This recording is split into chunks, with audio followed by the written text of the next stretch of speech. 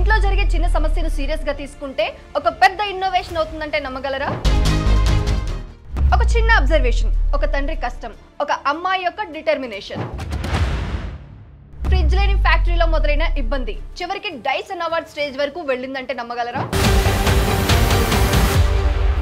రోజు తన నాన్న పడే కష్టాన్ని చూసి ఈ అమ్మాయి చేసిన పని గురించి తెలిస్తే సబాష్ అంటారు. ఎంతో మంది ప్రాణాలకు ఉపయోగపడే డివైస్ ను కనిపెట్టిన అమ్మాయి ఎలానో తెలిస్తే వావ్ అంటారు. మనకు చాలాసార్లు అనిపిస్తుంది పెద్ద ఇన్నోవేషన్ అంటే పెద్ద ల్యాబొరేటరీలు, పెద్ద కంపెనీలు, పెద్ద ప్రాబ్లమ్స్ అని. కానీ నిజమైన ఇన్నోవేషన్లు చాలాసార్లు ఒక చిన్న ఇబ్బంది నుంచే మొదలవుతాయి. మన కళ్ళ ముందు జరుగుతున్న ఒక సాధారణ సమస్యను గమనించిన మనిషి. ఈ రోజు నేను మీకు చెప్పబోయే రియల్ స్టోరీ, అది కూడా మన భారతదేశంలో జరిగినదే. ఇది రీసెర్చ్ కు సంబంధించిన కథ కాదు, ఇది ఒక కుటుంబం గురించిన స్టోరీ. ఒక తండ్రి పడిన కష్టం, ఆ కష్టాన్ని చూసి చెలించిపోయిన కూతురు మనసు, ఇంకా చివరికి మిలియన్ల డయాబెటిక్ పేషెంట్స్ కి అవసరమైన ఒక ఇన్నోవేషన్. సో వీడియోని స్కిప్ చేయకుండా పూర్తిగా చివరి వరకు చూడండి. మీకు ఈ వీడియో ఏంటో క్లియర్ గా ఒక క్లారిఫికేషన్ వస్తుంది ఇక్కడ నుంచి. సో అసలు ఆ ఇన్నోవేషన్ ఏంటి, ఆ అమ్మాయి ఏం చేసింది, వాళ్ళ తండ్రి పడిన కష్టం ఏంటి, దీనంతటికి సంబంధించిన పూర్తి సమాచారం. అంతేకాదు ఆ అమ్మాయికి అవార్డు కూడా వచ్చింది. సో ఇదంతా మీకు క్లియర్ గా పిన్ టు పిన్ ఎక్స్ప్లెయిన్ చేస్తాను. సో వీడియోని స్కిప్ చేయకుండా పూర్తిగా చివరి వరకు చూడండి. మీలో ఇంకా ఎవరైనా మన ఛానల్ని కొత్తగా చూస్తున్నా లేదా సబ్స్క్రైబ్ చేసుకోకుండా చూస్తున్నట్లయితే బాస్ వాలా డైలీ ఛానల్ని సబ్స్క్రైబ్ చేసుకోండి, బెల్ ఐకాన్ ప్రెస్ చేయడం అసలు మర్చిపోకండి. ఇక ఏ మాత్రం ఆలస్యం చేయకుండా టాపిక్ లోనికి వెళ్ళిపోదాం. హాయ్, హలో, నమస్తే, welcome to boss wala daily channel. నేను శిరీష కందుల.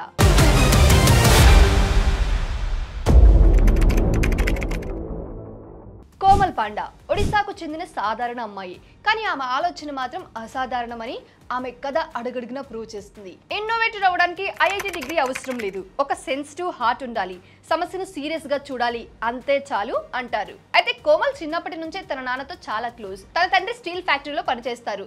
మీకు కూడా తెలుసు, జనరల్ గా స్టీల్ ఫ్యాక్టరీ అంటే హీట్, డస్ట్, కంటిన్యూస్ షిఫ్ట్స్. అలా ఒక సెకండ్ రిలాక్స్ అయ్యే పరిస్థితి కూడా ఉండదు. కానీ అక్కడే అసలు సమస్య ఉన్నది. కోమల్ తండ్రి డయాబెటిక్ పేషెంట్. ఇన్సులిన్ షాట్ గనక సమయానికి తీసుకోకపోతే చాలా రకాల కాంప్లికేషన్స్ వస్తాయి. కానీ ఆ ఫ్యాక్టరీలో అట్లీస్ట్ ఫ్రిడ్జ్ కూడా లేదు, అంటే ఆమె తండ్రి పనిచేసే ఫ్యాక్టరీలో. సో ఇన్సులిన్ షాట్ అనేది 2 డిగ్రీ సెల్సియస్ నుంచి 8 డిగ్రీ సెల్సియస్ మధ్యలో స్టోర్ చేయాలి, లేకపోతే అది పని చేయదు. అందుకే ఆయన ప్రతిరోజు ఒక పని తప్పనిసరిగా చేయాలి. బ్రేక్ టైంలో పరిగెత్తుకుంటూ ఇంటికి వెళ్ళాలి, ఇన్సులిన్ తీసుకోవాలి, మళ్ళీ ఫ్యాక్టరీకి పరిగెత్తుకుంటూ తిరిగి వెళ్ళాలి. ఇది రోజు ఒక మ్యారథాన్ లాంటిదే. దీనివల్ల ఫిజికల్ గా ఎగ్జాస్ట్ అవుతారు, మెంటల్లీ కూడా టెన్షన్ పడాల్సి వస్తుంది. కోమల్ ఈ సీన్ ను ప్రతిరోజు చూసేది. ఇది తన డైలీ లైఫ్ లో జరుగుతూ ఉండేది.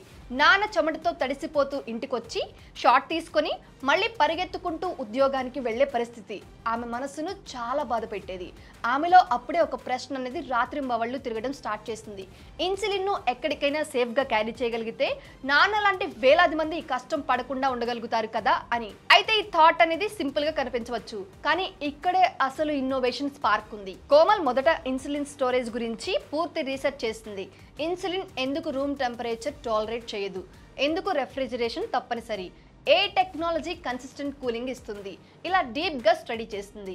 ర్యాండమ్ గా గూగుల్లో సెర్చ్ చేయడం కాదు, యాక్చువల్ సైంటిఫిక్ ప్రిన్సిపల్స్ అర్థం చేసుకున్నది Komal. One day she find it, thermo electric cooling technology. ఇది కంప్రెసర్ రెఫ్రిజిరేషన్ కాదు, చిన్న పోర్టబుల్ డివైస్ లో కూడా పర్ఫెక్ట్లీ స్టేబుల్ టెంపరేచర్ మెయింటైన్ చేయగలిగే టెక్నాలజీ. ఇది beer coolers, vaccine transparent boxes లో చాలా వాడతారు. ఈ టెక్నాలజీని చూసిన క్షణమే కోమల్ కి క్లిక్ అయింది.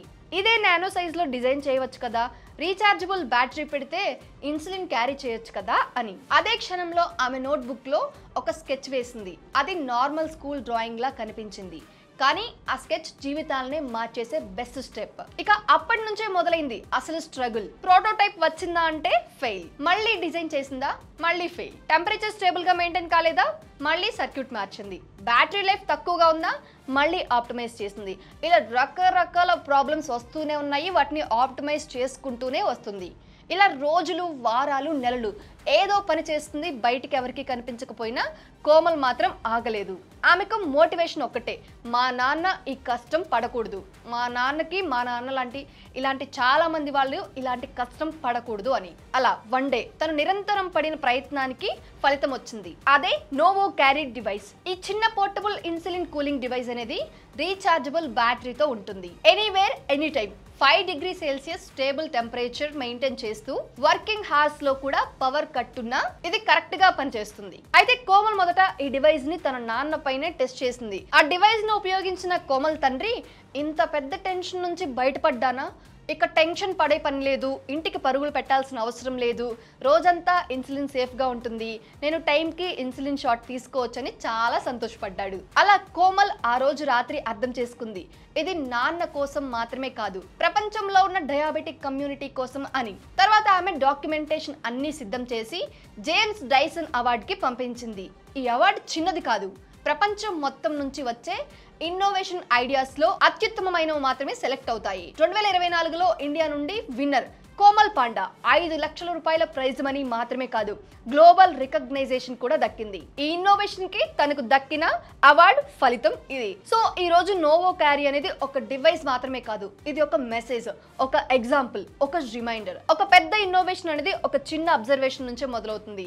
మన చుట్టూ ఉన్న ప్రాబ్లమ్స్ మనం ఇగ్నోర్ చేస్తాం, కానీ కోమల్ వాటిలో ఒకదాన్ని పట్టుకుంది. అది కూడా ఆమె తండ్రి యొక్క రోజువారీ స్ట్రగుల్ ఈ రోజు ప్రపంచానికి లైఫ్ సేవింగ్ ఇన్నోవేషన్ గా మారింది. సో అత్యంత తెలివైన తన నాన్న కష్టాన్ని చూసి చెలించిపోయి ఒక డివైస్ ను తయారు చేసి అది ప్రపంచానికే ఇప్పుడు ఉపయోగపడేలా అవుతుంది అంటే ఆ అమ్మాయి గురించి మీరేమనుకుంటున్నారో కామెంట్ రూపంలో తెలియజేయండి. అలాగే నేను మీరు మనందరం కూడా మన చుట్టూ జరిగే సమస్యల్ని కొంచెం సీరియస్ గా తీసుకుని ఆలోచిస్తే తప్పకుండా మనలో ఉన్న చాలా మంది ఇన్నోవేటర్స్ కూడా బయటపడతారు. సో సమస్య వచ్చిందని ఆగిపోవద్దు, ఫలితం వచ్చేదాకా ప్రయత్నిస్తూనే ఉండండి. అర్థమైంది కదా? సో ఇది ఇవాల్సి మన అప్డేట్. ఇలాంటి మరొక సరికొత్త ఇంట్రెస్టింగ్ అప్డేట్ తో మళ్ళీ మీ ముందుకు వస్తాను. అప్పటి వరకు మన బాస్ వాళ్ళ డైలీ ఛానల్లో చాలా రకాల ఇన్ఫర్మేటివ్ వీడియోస్ ఉంటాయి.